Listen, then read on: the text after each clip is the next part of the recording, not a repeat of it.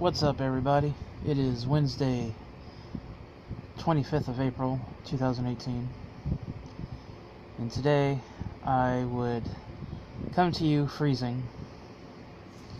And so that's why I have the blanket on. But I'm hot and cold at the same time, if that makes sense. But yesterday's video, I said I was going to talk about a field guide to demons, fairies, fallen angels, and other subversive spirits by Carol K. Mack and her daughter, Dinah Mack. Carol is an award-winning playwright with a long-time interest in comparative mythology and a master's degree in religious studies. Her daughter, the writer Dinah Mack, earned her bachelor's degree in religious studies and her master's degree in cultural anthropology. One of the things I like about this book is that it is not heavy on the mainstream religious point of view. I mean, there's some, but it's not heavy. It's like, you see some, and you're like, oh, okay. And it's not like beating you in the head. As Robert L. Canero, curator of South American Ethnology of American Museum of Natural History, said, an array of the most dreaded demons mythology has to offer. I don't know about that, but I found out in my experience,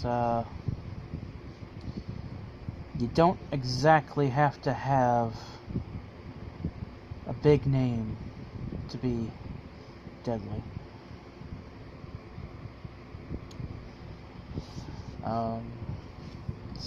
This book is 296 pages. Picked it up at Barnes & Noble, I believe back in 2009, for $8. Didn't have a price tag on it. It's nowhere on the book. And it's been bugging me for years until I actually looked it up, which was for the 100th subscriber video. This book has some significance to me during the Samhain Halloween season, because I bought this in September of that year. So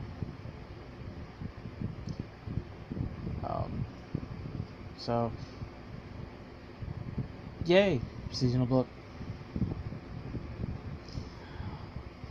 Great for any time, really.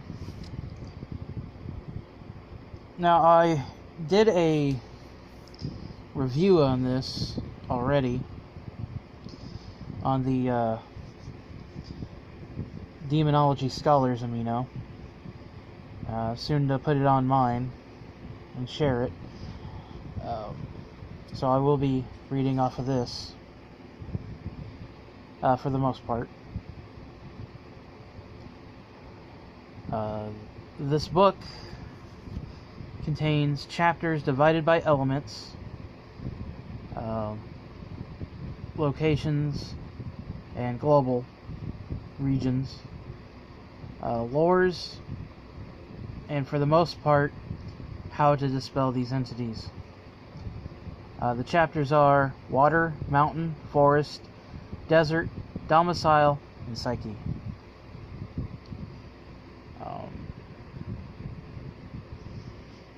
Let me show you the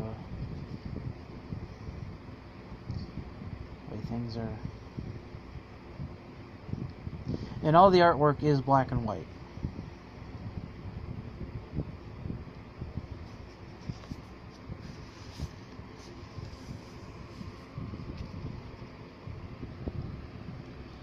As you can see, that is how they do it.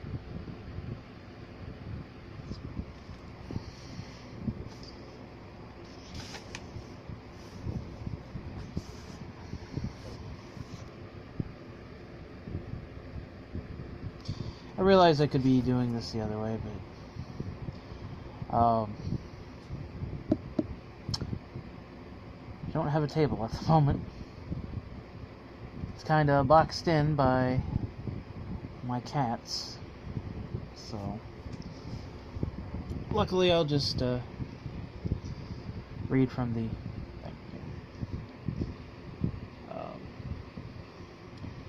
The how-to use guide. This is your basic setup, you know, instruction manual knowledge. To quote from the book, commonality of features and motifs as it observes the creatures side by side, fang by fang, natural habitat.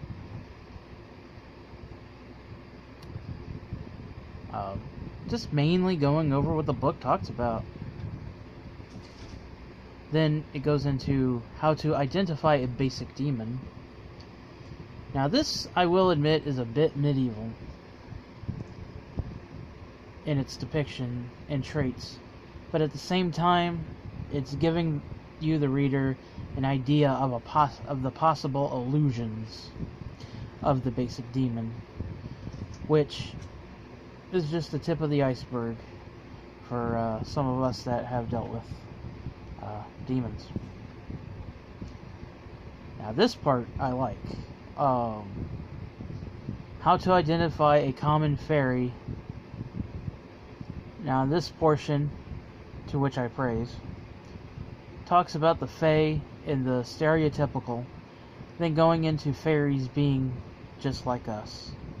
Good, bad, the ugly. Which, again, I praise highly, because a lot of people seem to think fairies are just this cute little sprite thing and all that wonderful Disney nonsense.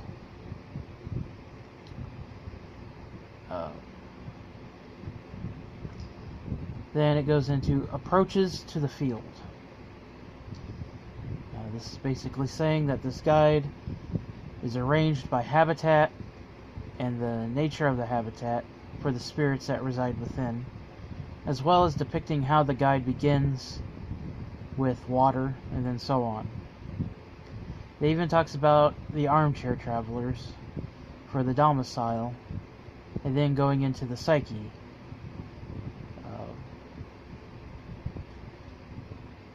Which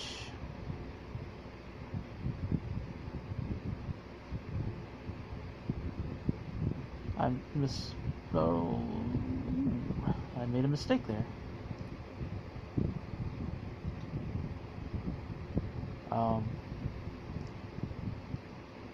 Which discusses the Dybbuk, werewolves, etc. Plus it'll talk about the 7 deadly sins, the id, the shadow, and personal demons. I have to correct that. Then it goes into origin of species, mainly going over into Greek philosophy, where they come from, eventually, you know, like questioning where does a demon come from and all that. And then it makes its way into modern religions,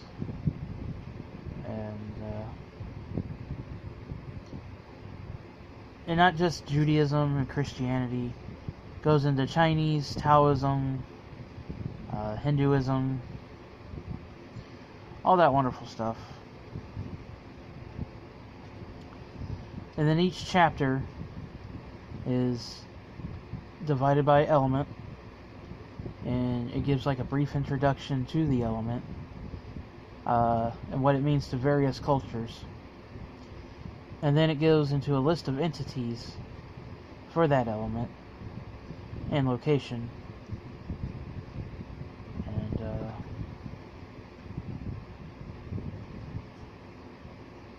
get to that later.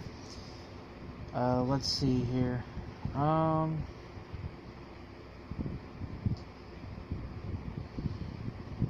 we're right here at Mountain, so I'll read a little bit from Mountain.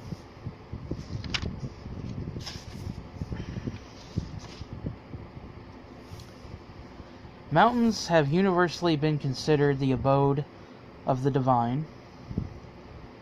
Their highest peaks, often concealed in the mists and the clouds, are sacred sites of revelation to which only the holy may ascend. Mount Sinai, Mount Olympus, Mount Fuji, Mount Ararat,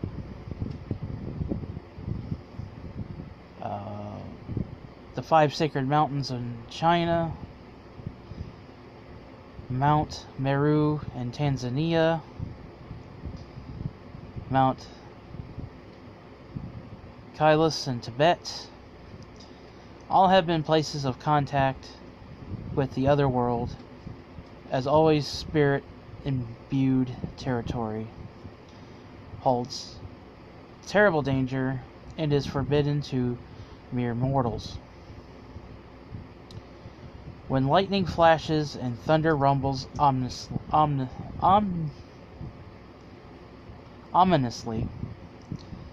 the powerful mountain peaks are thought to be the origins of storms. The waters that crash down and pour into the rivers are necessary to life itself. I'm sorry, I just had a wow, okay. Very professional. Wow, that was a random thought that just popped into my head, and I'm sorry, folks. Okay, I'm back. Now that I got that out of my system. You ever have one of those moments where a thought just pops into your head and you're like, oh my god, I can't stop laughing? I just had one. Anyway, let's read that again. When lightning flashes and thunder rumbles ominously, the powerful mountain peaks are thought to be the origins of storms. The waters that crash down and pour into rivers are necessary to life itself, and when withheld, their source must be appeased through sacrifice. Who can approach mountains' awesome peaks? It is clearly off limits to ordinary human beings. If cliffs, gorges, and avalanches don't scare a person, the mountain holds demonic spirits in great abundance to warn a daring climber. The spirits can appear as lights beckoning from a precipice and lead him to death, or they may loosen a rock underfoot or above his head. Active volcanoes erupt in fiery display of the mountain's connection to subterranean worlds where the dead reside. Mountains also hold treasure, minerals and gold, that belong to the chthonic beings deep within the earth, who are often very reluctant to part with it. Many demons are associated with mining activities.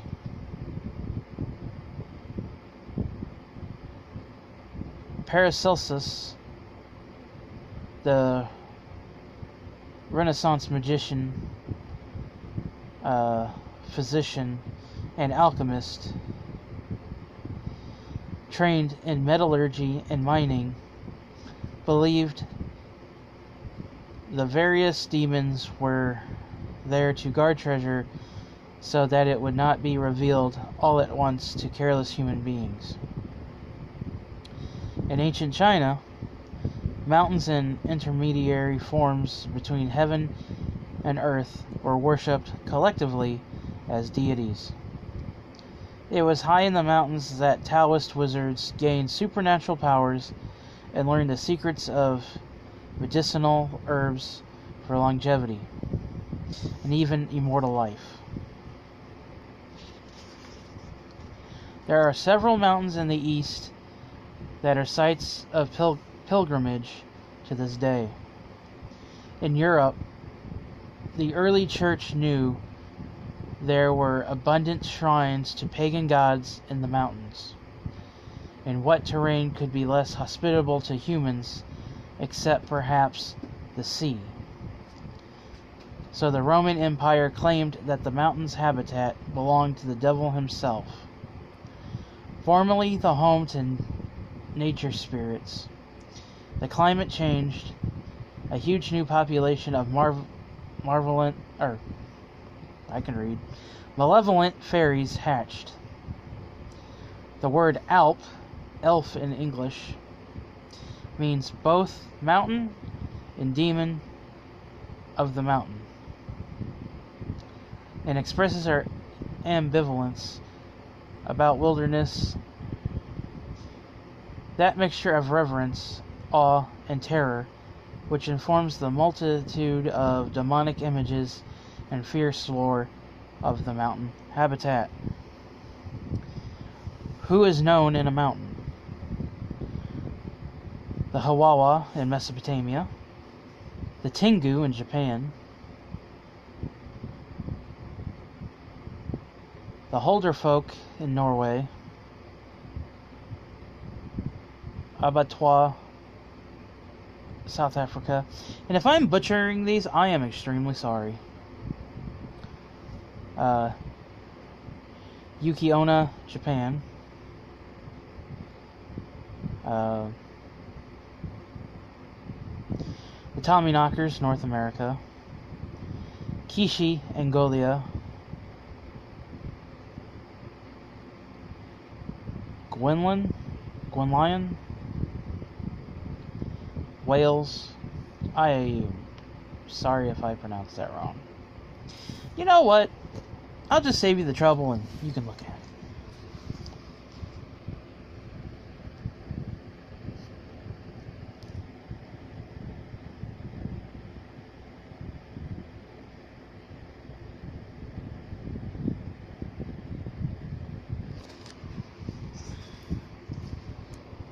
So let's pick a random.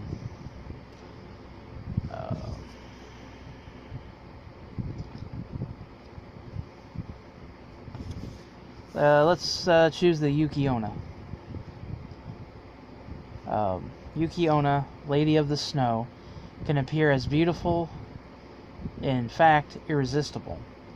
Maiden wearing all white, her skin pale, her breath like frost, she also manifests as a white vapor that blows through the crack in the door.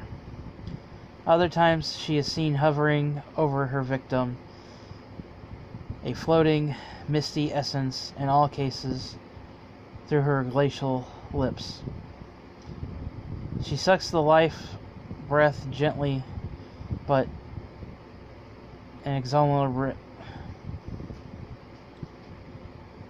inexorably from her victim's mouth. Then it goes into the lore. One bitterly cold night, two men, a master and servant, were traveling through a mountain forest when they came upon a cabin. A snowstorm had begun, so they stopped to rest. Both men fell asleep, but the servant woke suddenly when the snow blew across his face. He opened his eyes and saw that the cabin door was wide open. A woman in white, flowing dress floated into the center of the room. He watched in terror as the pale figure bent over his master and breathed a misty stream of white smoke into his mouth. Then she turned on him. He tried to scream but could not make a sound. Her breath stung his face. The woman told him quietly that she had planned to treat him as she did his master, but he was far too young and too handsome. She threatened him with death should he ever mention this incident to anyone. Then she vanished. The man called out to his master, but there was no answer. His master was dead.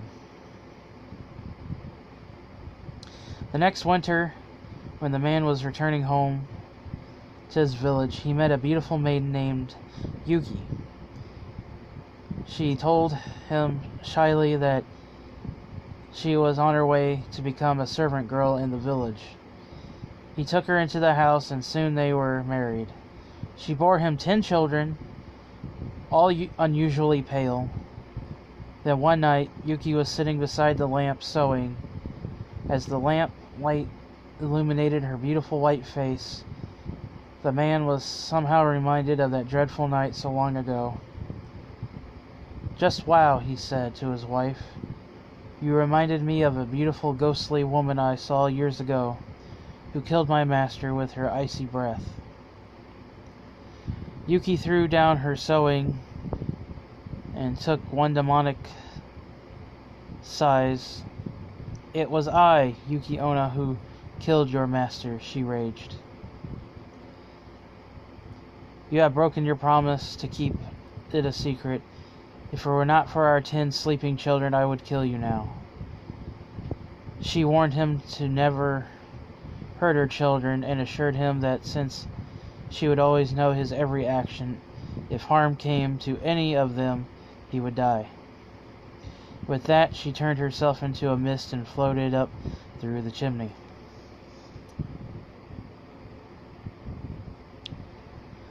Dispelling and disarming techniques.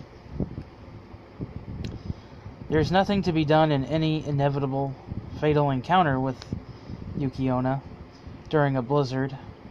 However, when a male traveler attracts a spirit, there are certain things he must know. All supernatural wives come with a condition, which can be any of the following: never speak of her origins, never tell any other human being that she has supernatural powers, never look at her when she is in a transformed state, and always give her privacy and time to transform, or never open the basket she brought with her or touch some item she declares forbidden. Any violation of her condition will bring about her disappearance and also may have fatal consequence for the spouse.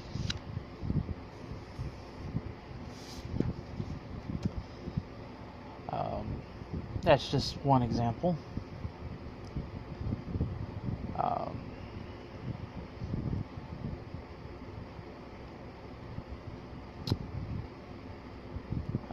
Before I wrap this up, I want to go to page 225.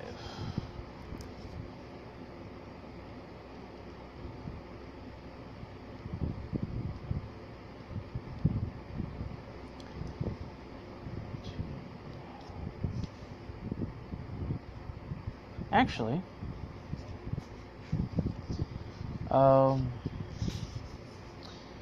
we'll start with the 7 deadly sins. Now, I'm not going to read all of that just because I just got done.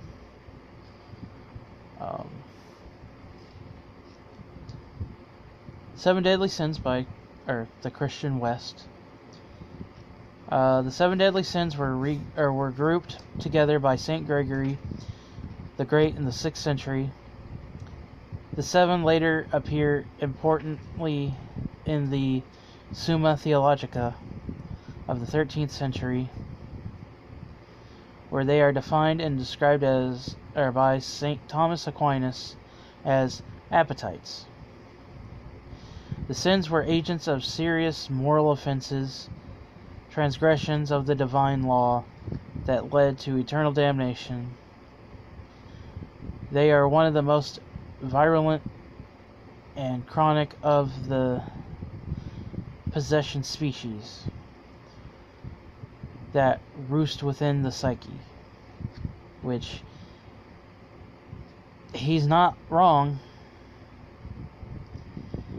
They are seen as tendencies, temptations, passions, all interconnected strands of the fabric of the human condition, the stuff of exaggerated cravings that cause mortal suffering. Again, he's not wrong. Then it goes into naming each sin. We have Pride, which is Lucifer.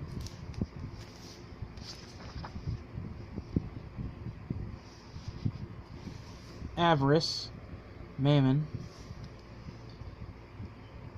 Lust, Asmodeus.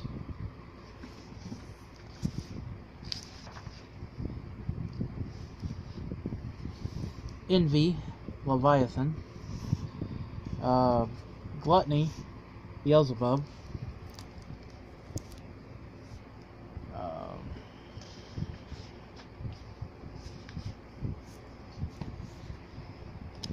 Anger, which is Satan. Sloth, Belphegor. And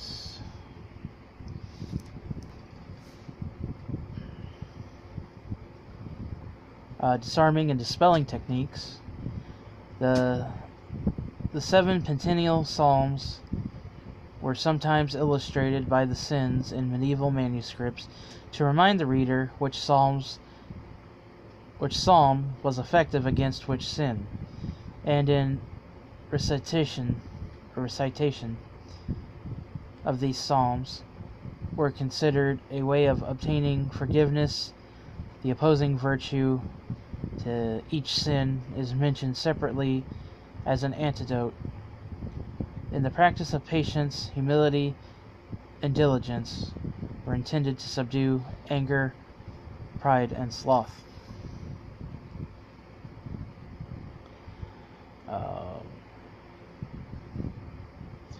Then it talks about Mr. Hyde by Robert Louis Stevenson. Mr. Hyde is an unusual, subjectively observed doctor possession species created in a laboratory, occupies half and slowly takes over all of Dr. Jekyll's mind and body. The case is written up by Mr. Hyde's rather stuffy landlord and respectable, introspective, and somewhat cold Dr. Henry Jekyll, and serves to illustrate some classic possession field marks.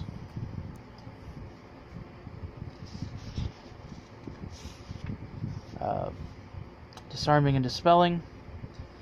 No human can live with a divided nature, either by repressing the demonic, creative, passionate side that Henry Jekyll describes as his certain impatient gaiety of disposition, or by allowing it to dissociate by potion or by mental breakdown.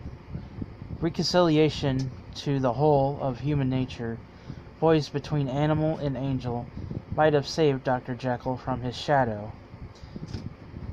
Then we go to see Shadow and Psyche, because it talks about the id by Freud, which is a post-enlightenment demon.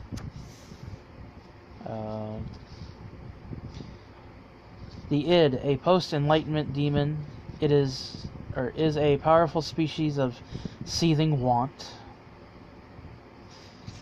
And then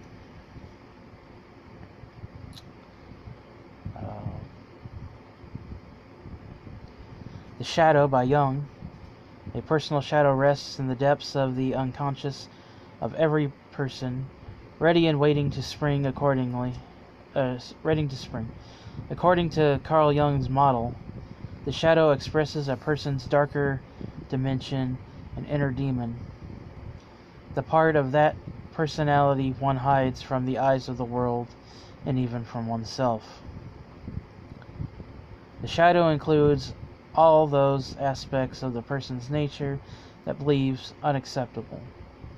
The shadow lies at the threshold of the unexpressed self, at the border between the known and the unknown.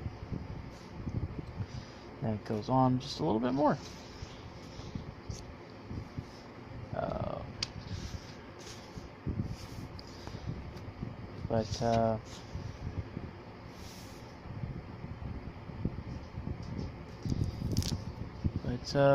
Yeah, this video has gone way long enough. My final thoughts. Is this book perfect? Probably not, but it's the only one I've seen so far that's not heavily influenced by mainstream religions. I do highly recommend this book. Michelle Belanger, however you pronounce her last name, she has her own demonology book, which, when things get to a comfortable place for me, I'll definitely be getting that book. But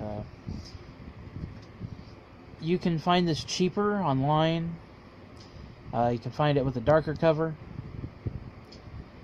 But yeah, I hope you've enjoyed this review, or my thoughts on it, however you want to call it. And you know what to do with the bell icon, where to find me in the links down in the description box. Read the description box, question, comments, and all that. Now I'm gonna go. It is 9:30 at night, and I'm kind of tired. I've made practically 4 videos today. So yeah. So I will see you all later.